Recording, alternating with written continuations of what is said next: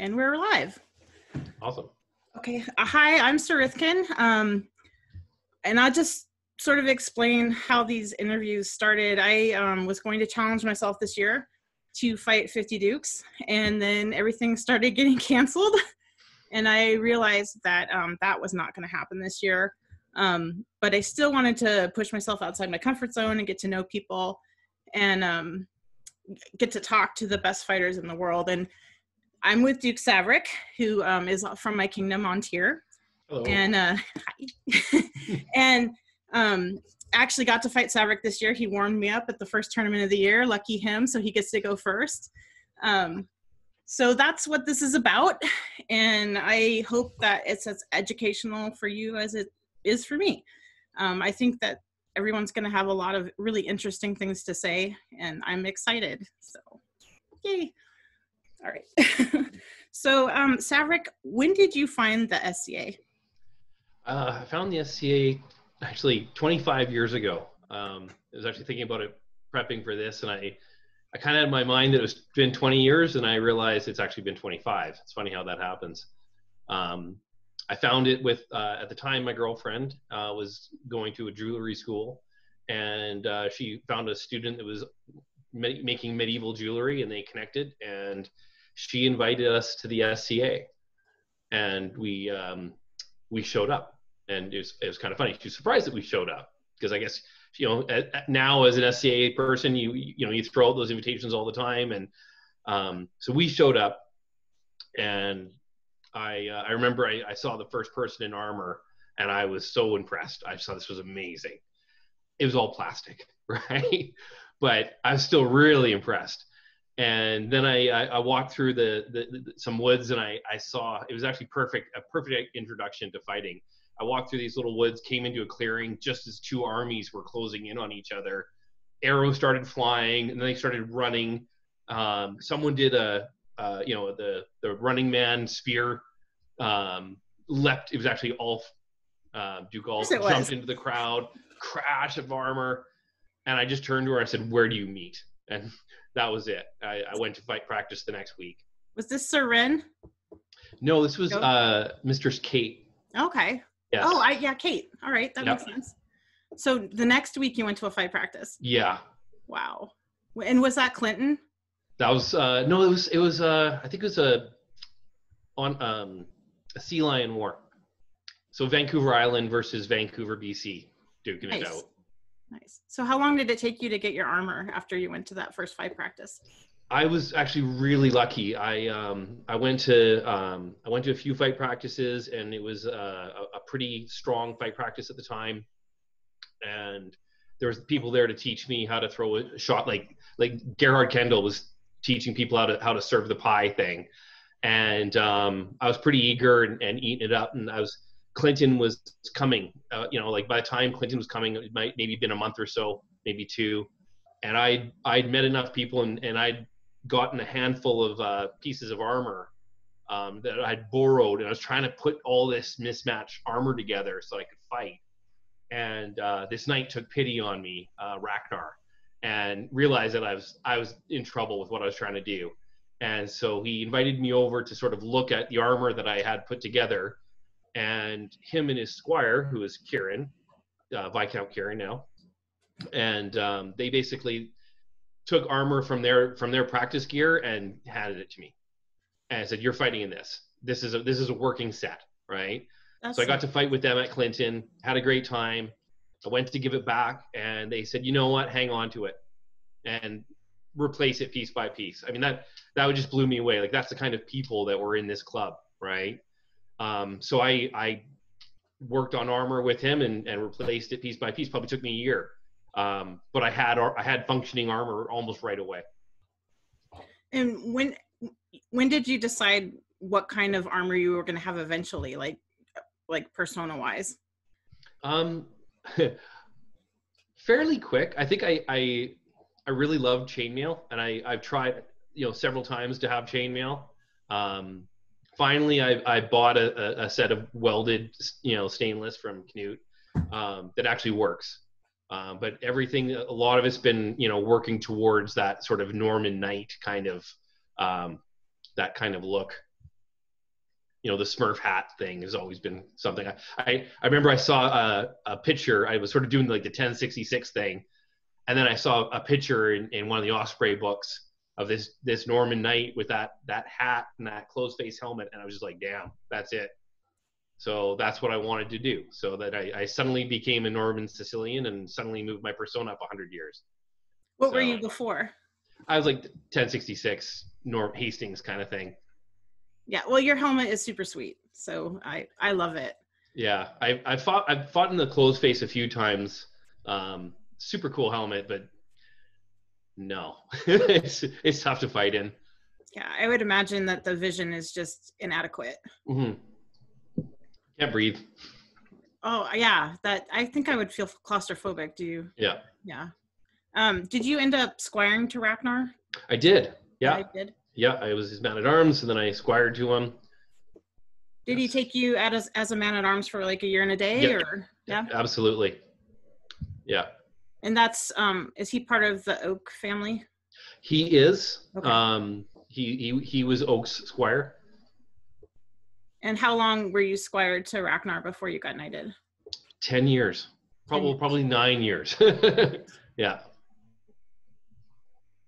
And do you count the man-at-arms period in that time period? Oh yeah. I probably, you know, there was the first year and a half of my SCA was probably most active, training wise with Ragnar. He moved away after that period of time, and it definitely impacted how much we interacted. We've never had any falling out at all. I mean, but you know, he lived right near my work, so we saw each other once a week, at least twice a week sometimes. So I had a very active beginning of my my fighting career, and then I definitely had a slowdown. Took me a while to dedicate to decide to go for knighthood, to be able to. You know, I think that happens with a lot of people. Like my work got in the way pretty severely. I couldn't count on getting a weekend off. I worked an incredible amount of overtime. So it actually wasn't until I actually started my own business. And I decided then that I was going to actually start fighting seriously. In fact, I actually decided, well, you know what, I'm going to do this or I'm not going to do this. And I decided that I would go to the next 10 fight practices. I do, you know, for the next 10 weeks, I'm going to go to fight practice every week. And if I don't like it after that, maybe I should find something that I'm actually serious about. And I don't remember number 10. Like that's all it took, right? I started going again. I started connecting with people and lost track. I lost track before I hit 10, and then that started the path. When Ragnar moved away, did you get fostered to someone? I didn't get fostered. I had someone, Kieran basically spoke for me. I had a lot of awesome people looking out after me. Thierry does a really good job of that. I had Sir Wayne, Duke Wayne, definitely was a mentor for me. He was actually a mentor for me after I got knighted too. You know, pursuing Cornet, pursuing Crown. You know, it doesn't stop when you get knighted, right? Yeah, I was going to ask you about that because, you know, one of the, I think, holes in kind of our infrastructure to peerage is after you get your peerage, you sort of are left to sort of tread water. You all of a sudden don't have a coach anymore or a mentor. So that's really cool that you continued to have one. Oh, absolutely. Yeah, that's cool. You need one. I have multiple, right? Right. Yeah. Right. And what king knighted you? Brain fart. Amalric. Oh. I was like, Roo? And what was the best part of your knighting?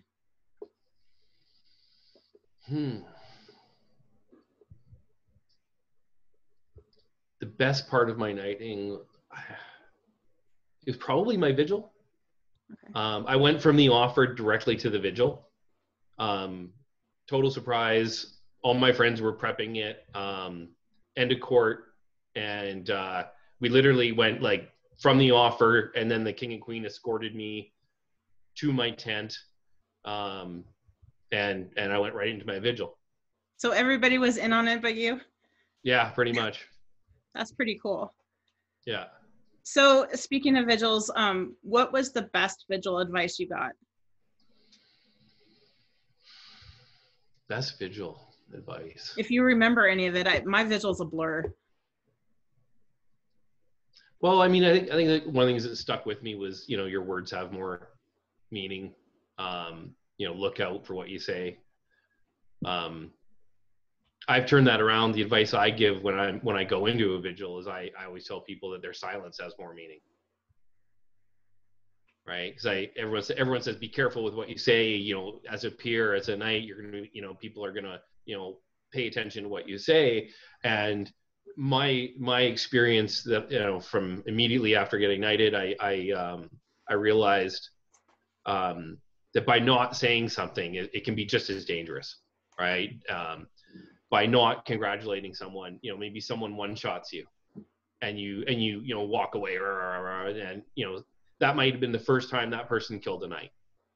Might be the first time that person ever one-shotted a knight, and you just took it away from them by not saying anything. So my thing is to always, you know, say something, or you know, maybe a little bit more negative thing is if something wrong is going on and you look around and no one's saying anything, and you might realize that you're the peer in the circle, you need to say something, you need to stop it, right? So there's an expectation for you to speak sometimes, to speak and be silent. So That's interesting. You say that, and I guess I've had that happen to me where I inadvertently hurt someone's feelings because I didn't congratulate them on a vigil or something. And at the time, my baby was very small, and I was taking care of my baby, and I felt horrible. But you're right. It means. How do you think I learned it? Right. Yeah. It happened to you too. Yeah. Okay. Interesting. What's your favorite or most meaningful piece of regalia you were given?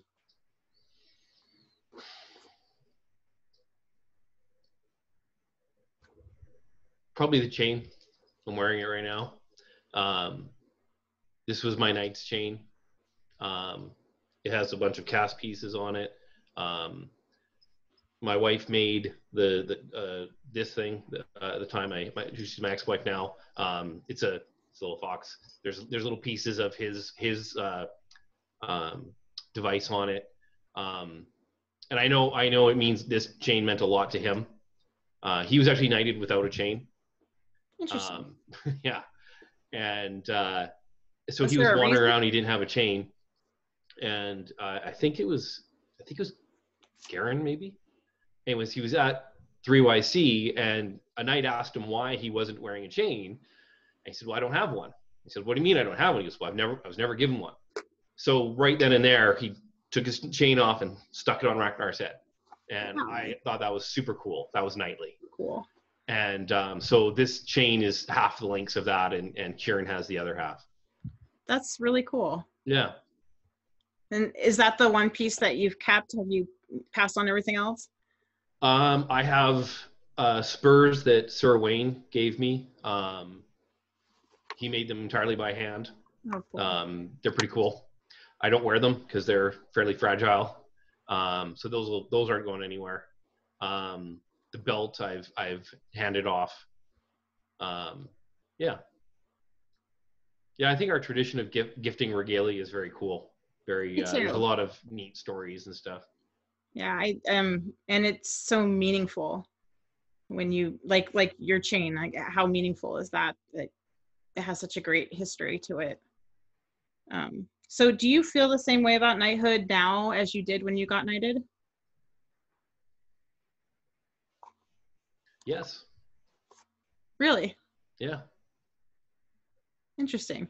Never really thought of it, but yeah, it's I absolutely love it. I love the institution of SCA knighthood. It means a great deal to me. And it was worth all the effort. What part is most meaningful for you?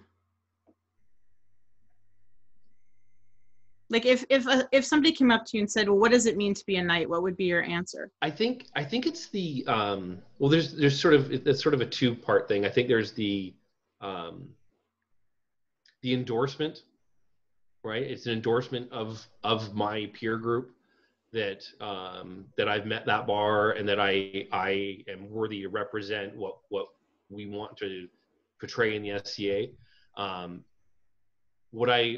There's something I really love about the knighthood, and it's the perpetual fealty. That you know that you are in service to the crown, which for me that means you're in service to the SCA. Right. So when you see a knight, you know that you can count on that individual. And I think pretty much every knight I've really interacted with takes that seriously. I would agree with that. That's pretty cool. I've never really thought about it that way. Yeah, it's something that I just haven't found really anywhere else. Interesting. So I know how many times you've reigned, but can you tell everybody else how many times you've reigned? I've reigned twice as Prince of Thierry and twice as King of Ontier. Okay. And how long between getting knighted was there before you won your first cornet? I think within a year, I got knighted, and then I finaled in cornet, and then the next cornet I won. So nice. Actually, I got to I got to beat my knight in cornet. That was awesome. That's a great feeling. And then he won the next one. That's a great feeling. And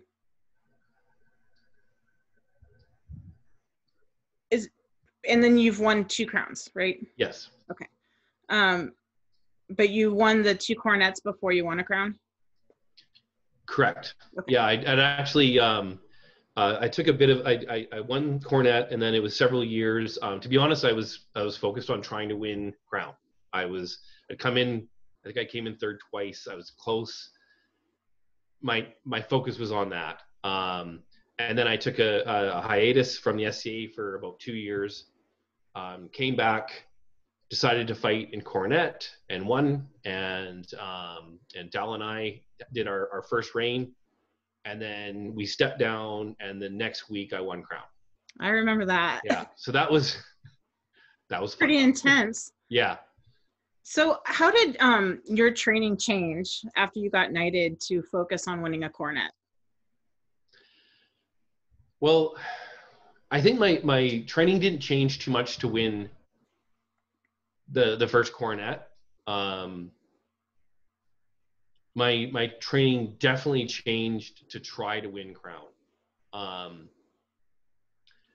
And it took a number of years to sort of figure it out.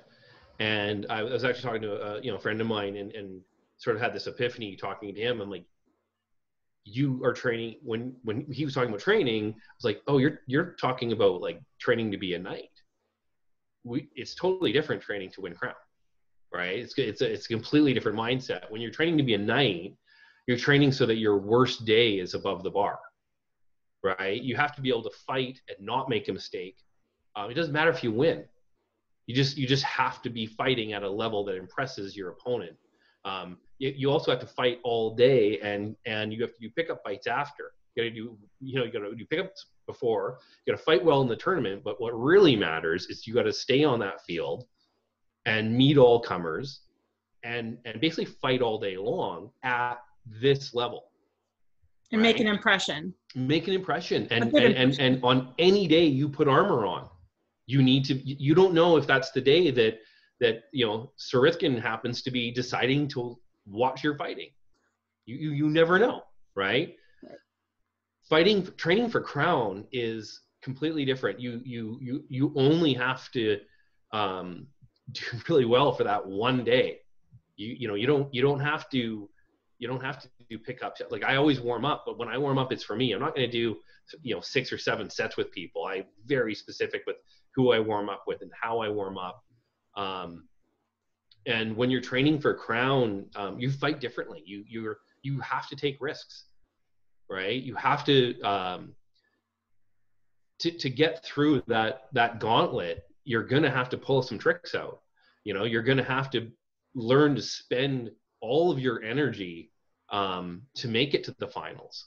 Your energy management is a big part of it, right? And so when I'm training for crown, I'll fight at practice to the point where, like, I'll fight very quickly, very aggressively, and gas myself right out, and then take a break, and then come and do it again, right? Whereas before, we would just do set after set after set after set. It's a marathon versus a sprint. Fighting in crown is a sprint. Do you get your opponents at practice to agree that, I'm training for crown now, this is how I want to train? And yeah, like I'll be specific. I'll ask people for help. I'll say, hey, look, this is what I'm doing, this is what I want.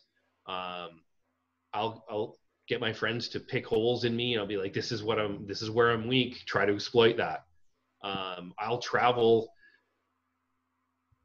wherever I need to go to get some high intense fighting and get pushed. I want to get really pushed when I'm training for crown. And so when you're not at practice, what are you doing to train for crown? Pel work. I don't do a ton of it. I used to do a lot of it. I do strength training. I ran for one. I've been into weights lately, but that was since then. I would run, and I don't feel that you need to be like a runner to train for crown, but my feeling is that I need to be able to run 5 kilometers without stopping. Anything more than that, I was starting another hobby. Yeah. When the last crown you won was a Christian special, and it was the best of 9 in the finals. Yeah. Did you train differently for that one, since it was more of an endurance at the end? Yeah. And how did you switch your training for that? I definitely focused on cardio. I was doing running. I wasn't I didn't change my fighting training to because of the finals. I just felt, let's just get there.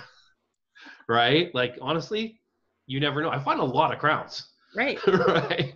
And I was just like, I didn't change my fighting, but I made sure that my conditioning was good, so that if I did get into the finals, that I'd be able to survive it. In the months prior to running up to crown, do you have someone try to exploit your holes and figure out what you need to fix, or do you just concentrate on what you do well? I do the exploiting thing 4 months before, maybe 3 months before. I sort of have a cycle, right? So I'll there's a certain point where I stop really learning, getting ready for crown. That's the other thing. Like, when you're on this long path for knighthood, you're learning, and you're conditioning, and you're doing all these things. There's a certain point where I'm taking in information, saying, okay, crown's coming up. I've decided this is what I'm going to really push for. I'll spend a couple of months bringing in more information, traveling to find someone. Like the last one, I flew down to see Duke Sean and got some awesome stuff, right? And then pretty shortly after that, I said, okay, so now I'm just going to stop bringing in new information and just work on what's going on. And then I cycled down my training right before, like for the 3 weeks before crown, I stopped working out. I scale down working out. So I give my body a chance to recover. I start working on my mental focus a lot. I do a lot of things before crown that are not fighting related. I try to get my body in shape. The way I eat, I pre-hydrate a lot before. I'll get a massage. I'll get a pedicure. Nice. First time I did that, I was blown away. And I get it, and it has sort of become part of the process, right? So I'm all ready to go. So And I have to ask you, I'm sorry, I don't mean to interrupt, but what gave you the idea to get a pedicure before Crown? oh, Dalla. Yeah, when I think we first started dating, she convinced me to get a pedicure. I'd never had one before. Kind of freaked me out to have someone touching my feet, kind of thing. And walking away from it, I was just like, oh my god, like it felt amazing. And I like right away, I'm like, I have to do this before Crown. Like, Who knew your feet could be so smooth? they're That's cool. I was going to ask, what role does your inspiration consort, Dalla, have in your training? oh, huge. She's my coach in a lot of ways. We talk about which crowns that we're going to go for. We talk about, how that's going to impact our life. So it goes from the very beginning on the decision. And then when that comes, it's about, setting priorities and making sure that I do what I want to do. I mean, you can talk the talk and you can say, oh, I'm going to do this and this and this. Having your partner go, yep, time to go to practice, or you need to do this. And, are you sticking to your nutrition? Have you done this? Have you done that? Getting me to go places for training, motivating me to do what I need to do. Just talking things out. It's a big part of it. Well, before you guys had kids, did she go to practice with you and film you or give you feedback? Absolutely. She's a rapier fighter. She doesn't really do much anymore, but she would go to fight practice a lot. So it was something that we would do together for sure. Right. And I want to go back a second when you're talking about mental preparation, because I think the mental component of getting ready for a tourney, not just Crown, is really the hardest for most people. And I'm just sort of interested in what your method looks like.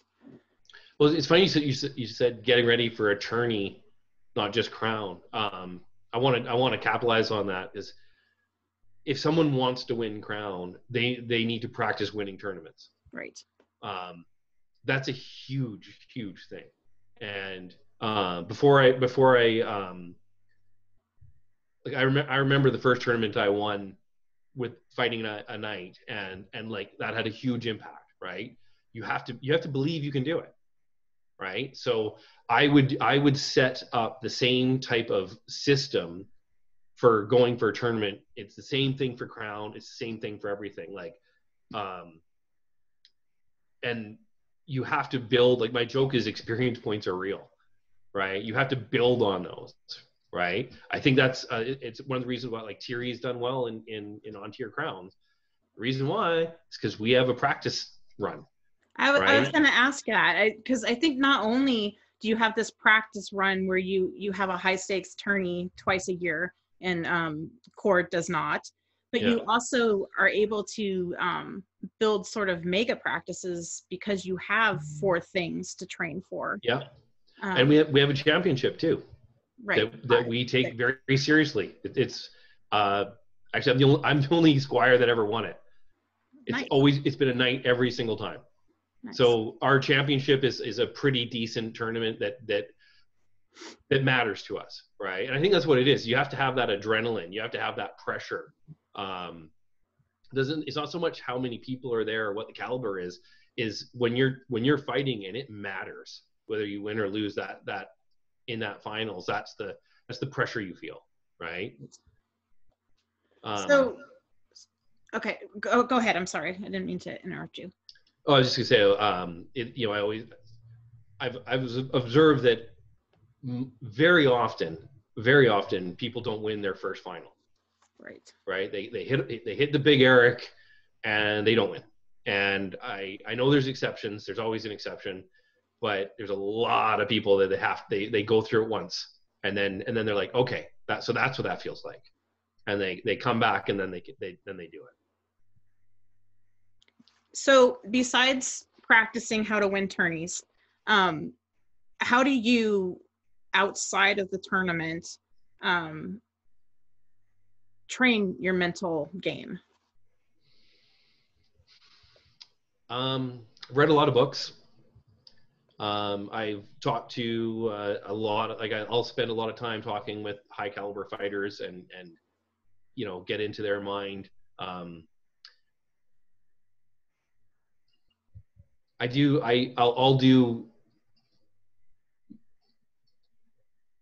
do mental exercises, and it's a little bit physical, but I'll do it actually on my pel.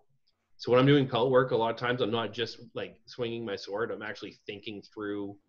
I've actually done it again and again where I'm starting at lay on, and my pel's like 15 feet away, and I cross that distance and close with my opponent.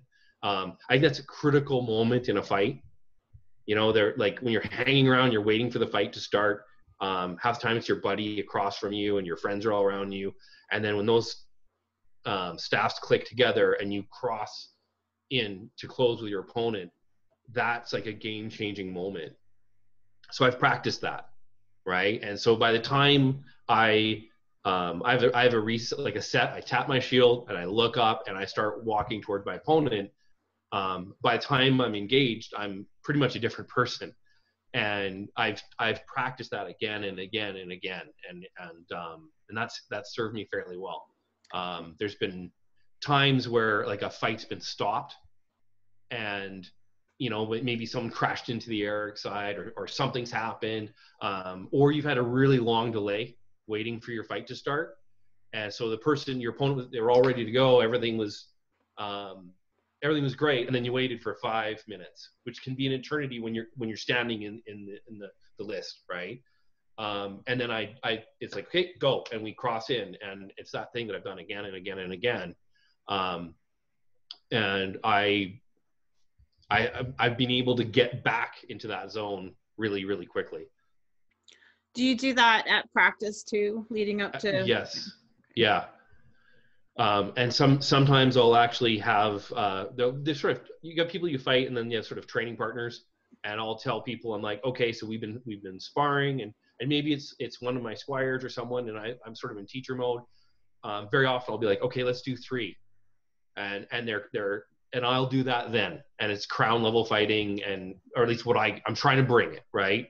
And and we back away. We don't just stand there, go, okay, go, right? I'll always give myself that distance and close in. It's interesting because there's a mental component just about owning the space, right? Mm-hmm. And the way you take charge of owning that space. So that's interesting. Because now that you're talking about it, I'm watching you fight in my head, and you have really great intention after lay on is called to start the fight. I mean, not necessarily throw right away, but to establish range and to establish that the fight is on. Yeah. Am I wrong? No. Oh no, I mean, you're right on. We're gonna fight. Right. Right. I might you know me. I very often will close, and I'll maybe do like a stagger step right before. I'll try to I don't want to go 3, 2, 1 into my opponent. I want to close the range and stop for just long enough to break that momentum. Right. And then I go. But right. I'm not waiting around. Right. Interesting. That's interesting. What do you think your greatest strength is as a fighter? Oof. Like technically or whatever. I've got a pretty good snap. It's true. And I think I do well being prepared for the tournament, right? I do. It's funny. I'll do well in tournaments, and then when I do pickup fights, like at some random time, I'm always feel like, wow, I don't feel worthy, right? Like I'm in the pack, right? But I've learned to bring everything I have to that one day. I've learned how to focus my abilities. You're very good at it. Thanks. You are. It's the truth. Yeah, and I've spent a bit of time. That's been my focus. Like I don't show up alone either. I've got people that I've asked to do certain things. I've got a pit crew, right? So I've got what I call it cornering, right? So I will have at least one, if not two, people cornering me, and that's not my inspiration. My inspiration's that's a big part of it for me. She's there to be my inspiration, and she's very much a part of the system. But I have people that are there to help me stay focused, and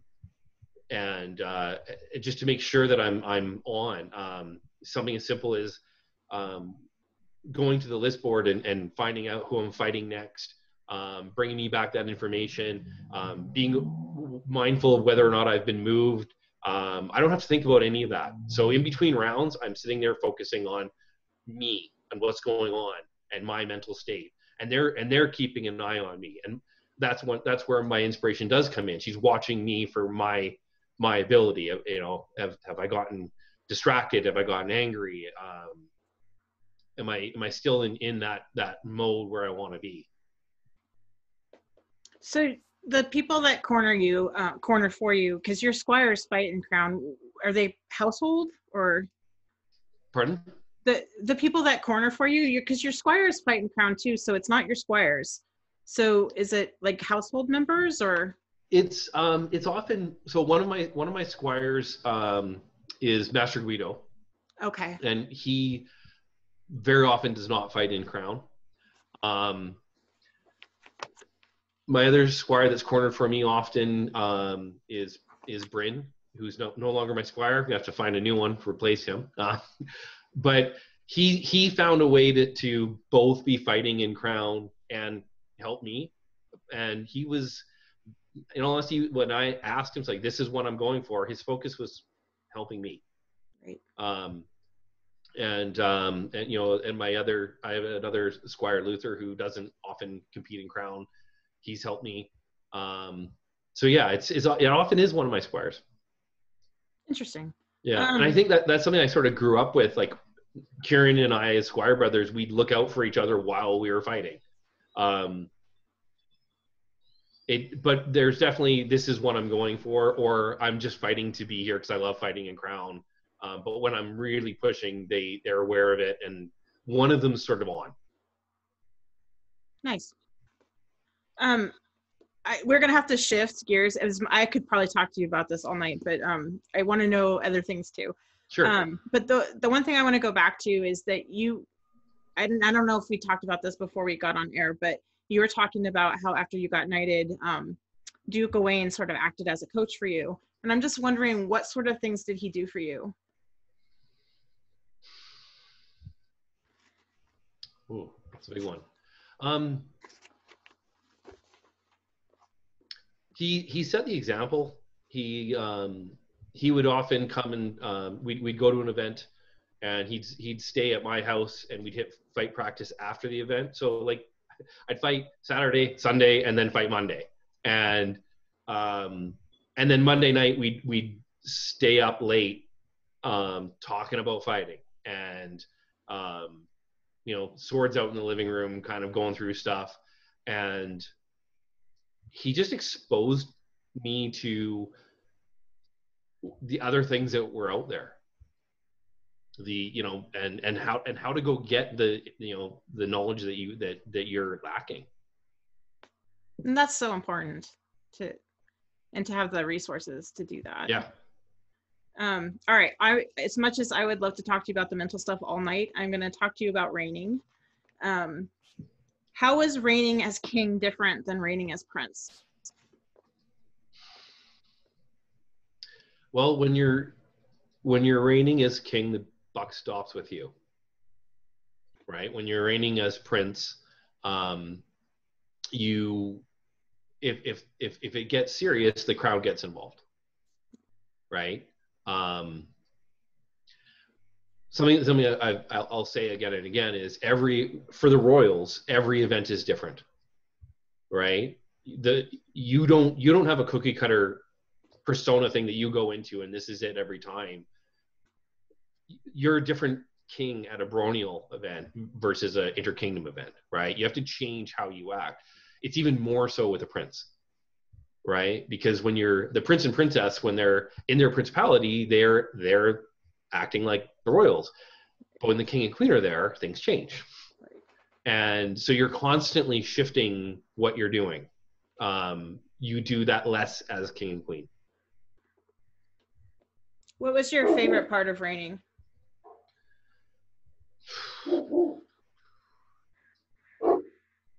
Probably making peers. We got to make a kingdom. That was really cool too. Yeah, I was going to ask you about that. Yeah, that was cool. That was amazing. We got to make a peerage. So I know what kingdom you got to make, but why don't you tell everybody else? We had to recognize Avacal as a kingdom. And what was your role, your and Dalla's role in that? Well, we oversaw their crown tournament. So I'm going to...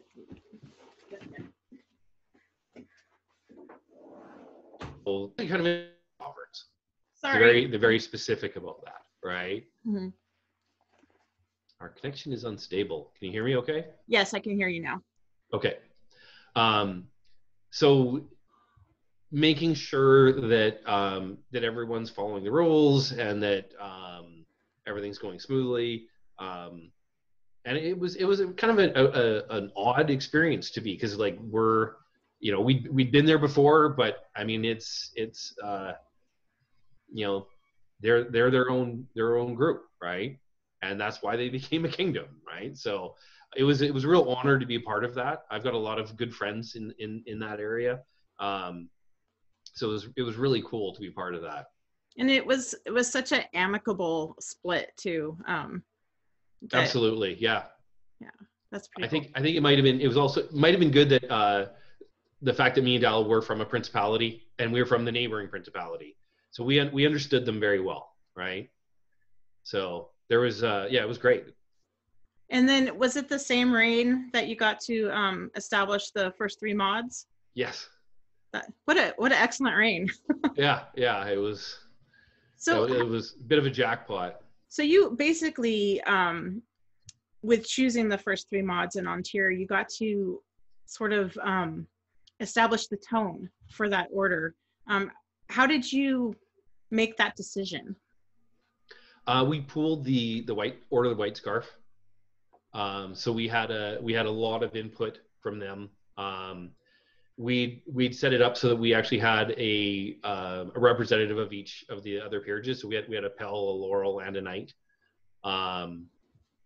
And yeah, we were trying to, we went through it in a lot of different ways, a lot of conversations with how that was going to play out. We did spend a bunch of time talking to them about the difference between, the Order of the White Scarf and the Order of the MOD, how things were going to change. Well, you picked 3 fabulous people, so it was hard. There were some excellent people to choose from. Right. We have every kingdom thinks they're the best, but I think we have some really fabulous rapier fighters up here. So we're gonna have to shift to your tool, your sword, pretty soon, because we're coming up on 8:45. Okay. But before that, I want to ask a philosophical question. What do you think the Order of Chivalry does collectively well as an order?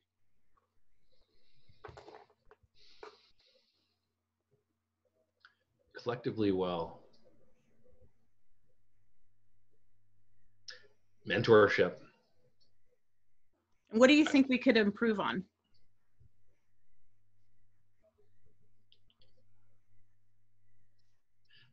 I think that's a tough one, but I think being willing to change.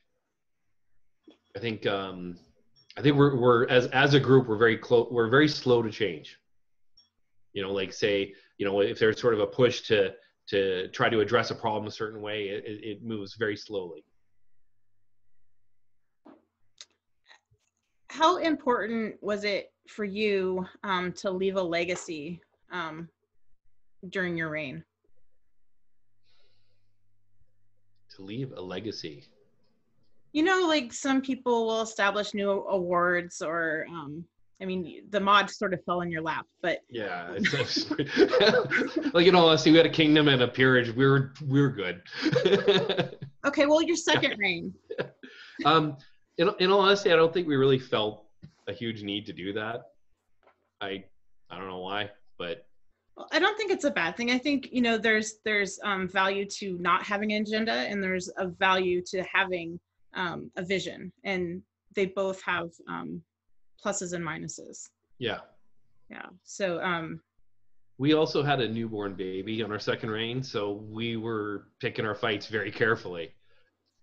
yeah. You know, you in order to get something done, and I get wanting to get something done. I get that, and you need to start before you step up. Like you need to hit the ground running. 6 months is not a long time. And our second reign, we had a newborn baby, and our reigning with a newborn has its challenges. So we weren't we didn't have an agenda other than just to serve the kingdom the best we could. well, I mean, that's nothing to, you know, not be proud of, but you know, it's just people approach the job in different ways. Mm-hmm. I'm just wondering what your approach was, but that's cool. Okay, let's look at your sword. All right. All right, and just for everyone else, Savaric's primary weapon form is Sword and heater. okay. And I had a request that on every one of these interviews that we can look and see at how each person makes their sword, and so Savaric's going to show us. How long is your sword? They change in length. Usually 36 inches. I don't. This is fairly heavy for me. I actually weighed it. This is a little bit for Christian because I know he's very our king. I've never weighed my sword before ever till today, so this is 2.5 pounds. Is that 1 3/4 or 1.5 inches? I'd say, yeah, it's probably close to 1 3/4 inches. Okay. I always make my swords usually like I'll do 3 at a time, if not more. I keep them all the same. If I'm going to shift, I'll make 3 new swords of a different size. I use my tournament swords are usually brand new. Maybe one fight practice, but if I've been using a sword out of the same piece of rattan, I'm fine with using a brand new sword in a tournament. I don't like to so I'll have my tournament sword. I'll get a couple tournaments out of that. Then it's a practice sword, and then it becomes a Pell sword. And so I have multiple basket hilts, so I can switch them around. Do you always use a metal basket hilt? Yes, I've had the plastic ones break on me too many times. I know that I could probably send it back or whatever, but because of the border, it's a pain in the butt. So, and my hands are important to me. So, I've given up on plastic. Is it for that reason, or do you like to have the weight in your hand? It's for protection. Okay. Yeah, even the titanium baskets, I have a heavy titanium, and I've had that bottom out into my hand, and I'm not willing to do that. You know, so I stopped using that. So I took liberty of cutting. I use the plastic baskets on my Pell swords. So I took liberty of cutting the basket off on this one. I wanted to show the handle. I use grip tape, really thick grip tape. I use a trigger, and I tape the trigger in. The grip tape goes through the trigger. Interesting. So I don't have anything between me and the sword. The trigger just comes out between these 2 fingers, but it totally locks in, right? So your handle, to me, can you put that up again? It doesn't look like it's carved much more than your sword, or am I not? Okay, you do have a little bit of an almond shape there. Yeah. Okay. It's a lot like a hammer handle. Yeah, and it looks to me like the bottom is narrower than the top. Is that? Yep. So Wayne taught me how to make swords, and he said, so look at the swords in the museums, right? They probably knew what they were doing. So basically copy the shape of a medieval sword. And so I've always sort of done that. And I actually have a bit of a buildup of tape where the pommel would be, so that my hand actually bottoms out into that. Nice. So how do you think the grip tape affects your hand placement? I've never tried grip tape, but a lot of people swear by it. The better grip tapes will soak up sweat. Okay. That's nice. Can be pretty hot when you're fighting a crown. It absorbs some shock. It protects your hand from wear, so you don't need a glove. Yeah. Do you do any kind of weighting on your blade? Like, do you use nylon webbing or extra strapping tape? I use nylon webbing on the thrusting tip just to stop it from coming off. I was going to ask if you run with a thrusting tip, and you do. Yeah, absolutely. All right. And what lengths do your swords range? 36 to 38, and the odd 34 club that I'll probably only use in wars. I know you talked about the sword, but I did want to, on that note, I wanted to talk about the shield. Excellent. So here's my heater. So the shield has grip tape on the handle, and I build up foam for where my wrist goes. Do you use a door pole as a handle? No, it's a purpose-built SCA handle. Okay. Sir Kerrigan, little shout out for Sir Kerrigan, makes them. So it's a welded handle, welded frame covered with leather. Okay. Wrap it with grip tape, and then I build it up with blocks of foam because it's a curved heater, and then that foam, it's a bit of a game changer for me, because when I relax, it can shift, but when I flex into it, it locks the shield tight. So when I grip between the strap, it's a 3-point system with that foam block. So instead of the strap and the handle, and it's hanging there, when I flex my wrist into that foam block, I get three points of contact on it. Nice. Because I have a blank from you that I finished painting that I'm just waiting for my husband to edge. And it is also curved, and I'm going to try that. That's excellent, because I was wondering that, because even now I can't my handle, because my hand sort of sits diagonal. Mm-hmm. So I raise part of it up and I lower part of it. So I think that the foam is a really good idea. And that sort of segues into, you teach a class called 100 Things to Be a Better Fighter. Maybe it's more than 100 now. It changes. Could you explain how that came to be? So I've been taking a bunch of workshops that you were putting on, and I like to learn. What's that? I like to learn. Yeah, I do too. I'd gone to Sport of Kings a few times, and I was getting all this knowledge and loving it.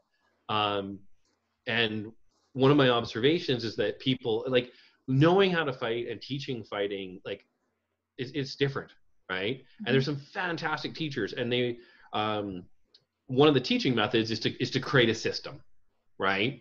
And these are great, and they're fantastic, and I'm learning them, and I'm learning this and that, and they're sort of grouping things together, like there's this part of it and there's this part of it and blah blah blah, right? And it all kind of was working through my brain, and one night I just sort of woke up in the middle of the night, I think it was like 1:30, it's like oh my gosh, right? And I had this epiphany where I'm like, no, explode it, right? And I got out of bed and I wrote down 75 things. I'm like, all of the things. And so I started thinking about it, and I'm like, every time I've ever heard someone make an excuse as to why they didn't fight well that day, bang, that's it. So, I didn't fight well because I'm working too much, or I'm super tired from this, or I didn't fight well because I'm sick, or I didn't fight well because of this or that. Like, so any excuse that you've ever told yourself, that goes on the list.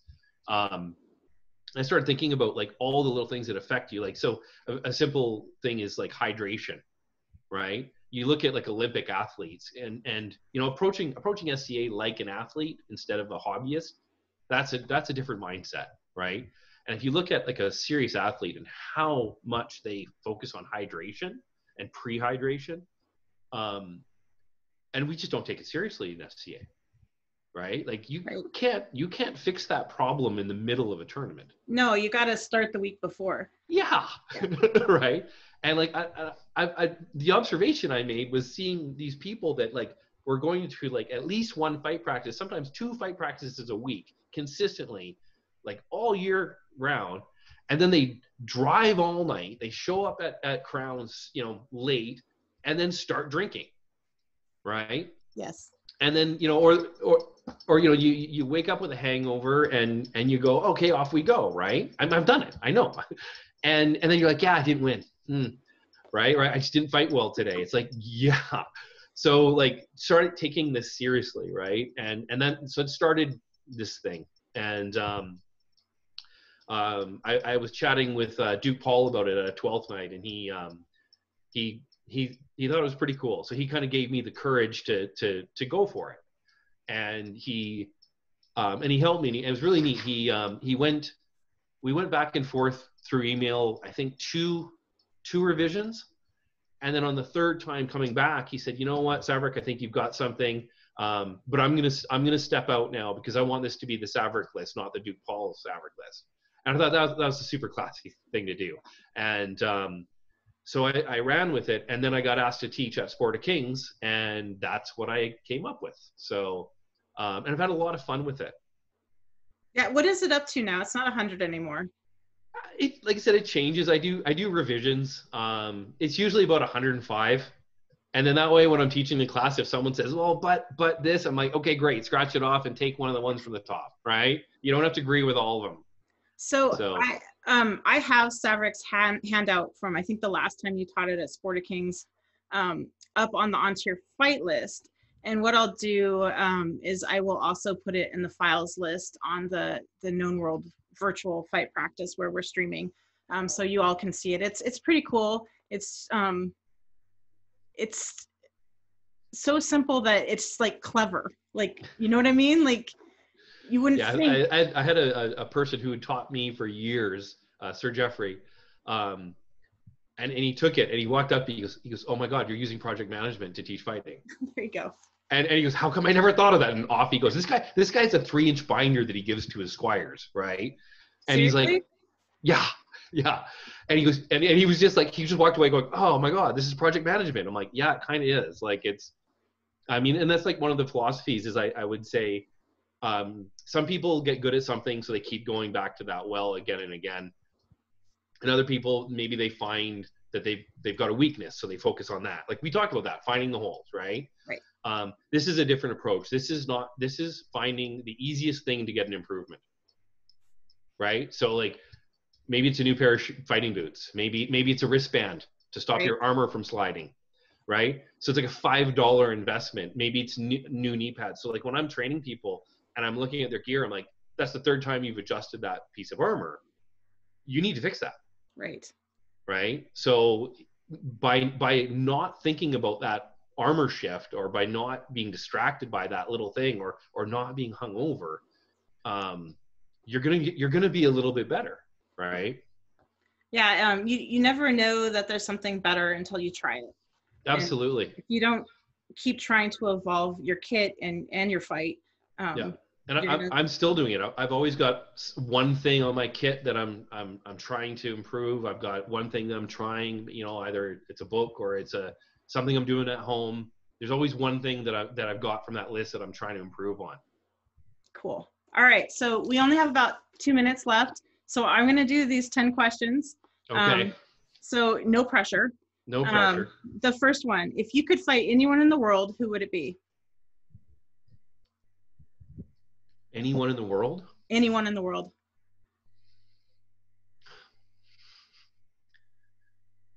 The President of the United States. Nice. Okay. Who would you like to see reign in your kingdom? Who would I like to see reign? This is stupid, but you. Oh, well, thanks. Yeah. All right. And by the way, I want you to win. Oh, yeah, I want me to win too. I'd love to see you reign, but I want you to win crown. Thanks. I'm working on it. If you could talk stick with anyone in the world for an hour, who would it be? Talk stick.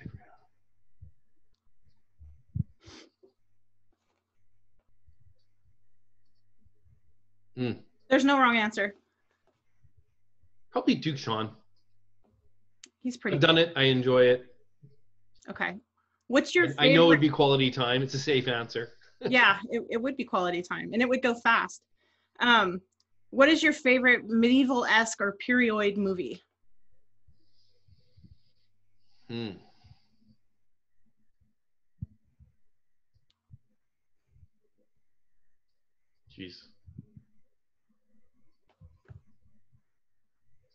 I like how these are stumping you, and we talked for an That's hour, and there was no pauses. Yeah. Do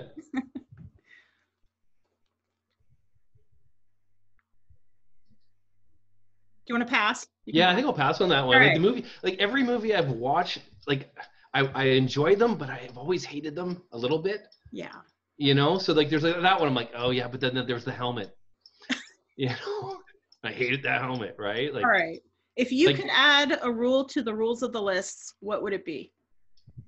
Oh yeah, I can jump on that one. I hate the fighting from our knees thing.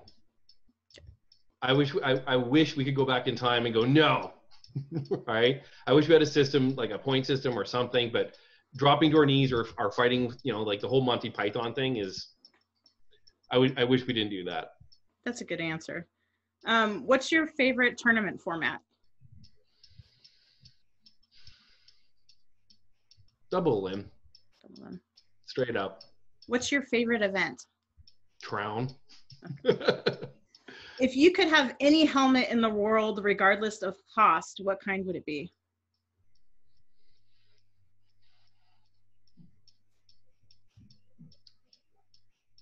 '14th century German with the big nasal. Nice. Great. Okay. I have to change all my garb, but, but that's the real cost. Who doesn't want new armor to go with their new helmet? It's Saturday morning at Estrella, and several people want to talk to you about last night. What did you do? Oh, I didn't do anything. I'll just quickly find someone else to blame that stuff on. I just want your advice. That's right. I'm like, who was I with? All right, and the very last one. Who is your favorite fight ever? Who was my favorite fight ever? Yes. Because I'm making a list, so I can go look them up once we can fight again.